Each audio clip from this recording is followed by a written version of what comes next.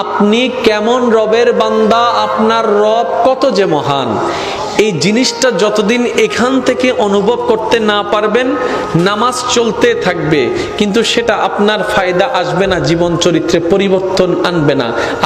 আমরা প্রায় সময় বলি না, নামাজি আছে বাটপারি কমে না, নামাজি আছে চুরি কমে না, নামাজি আছে সততা আসে না। কেন আসে না? কারণ নামাজ দুইভাবে আসে।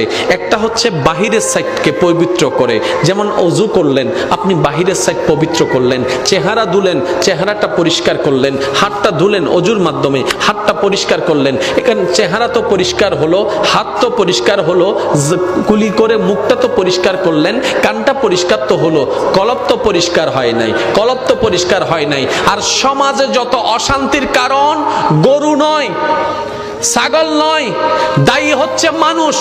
আর এই মানুষগুলো এত অশান্তির কারণ হচ্ছে কেন? বলে যে কারো জবান খারাপ, কারো হাত খারাপ, কারো চিন্তা খারাপ, কারো মন খারাপ। তো এত খারাপই করে কেন? বলে যে যার মন খারাপ তার সব খারাপ হয়ে যায়। এবার সমাজকে যদি সুন্দর করতে চান, মানুষের মনটাকে সুন্দর করতে হবে।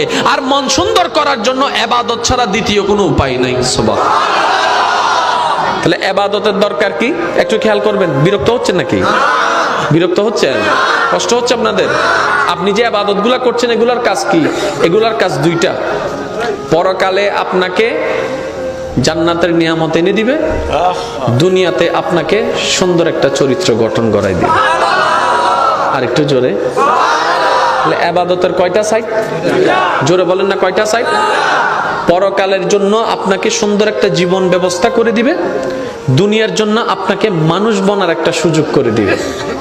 এখানে আমরা অনেক মানুষ, ভাইজান কথাগুলো যদি মনোযোগ দিয়ে না শুনেন কিচ্ছু বুঝবেন না। আসাটাই ব্যর্থ, বসাটাই ব্যর্থ। আর যারা আমাকে চিনেন তারা তো জানেন আমি সময় পাস করা পছন্দ করি না। 10 মিনিট, এই 10 মিনিট মাওলার প্রেমে দেওয়ার চেষ্টা করি। এখানে আসলে আমি সবসময় নিজের পরিচয় গোপন রাখতে চাই। যারা আমাকে চিনে, কেউ চেহারা দিয়ে চিনে, কেউ নাম দিয়ে চিনে, আমার পরিচয় আসলটা অনেকেই, সত্যি করে বলেন অনেকেই। আমার ভাই আজকে আমার পরিচয়টা তুলে ধরেছেন, যেটা আমি আসলে চাই না। আমি চাই গোপন করে রাখতে। কেন? বংশ আমার মহান,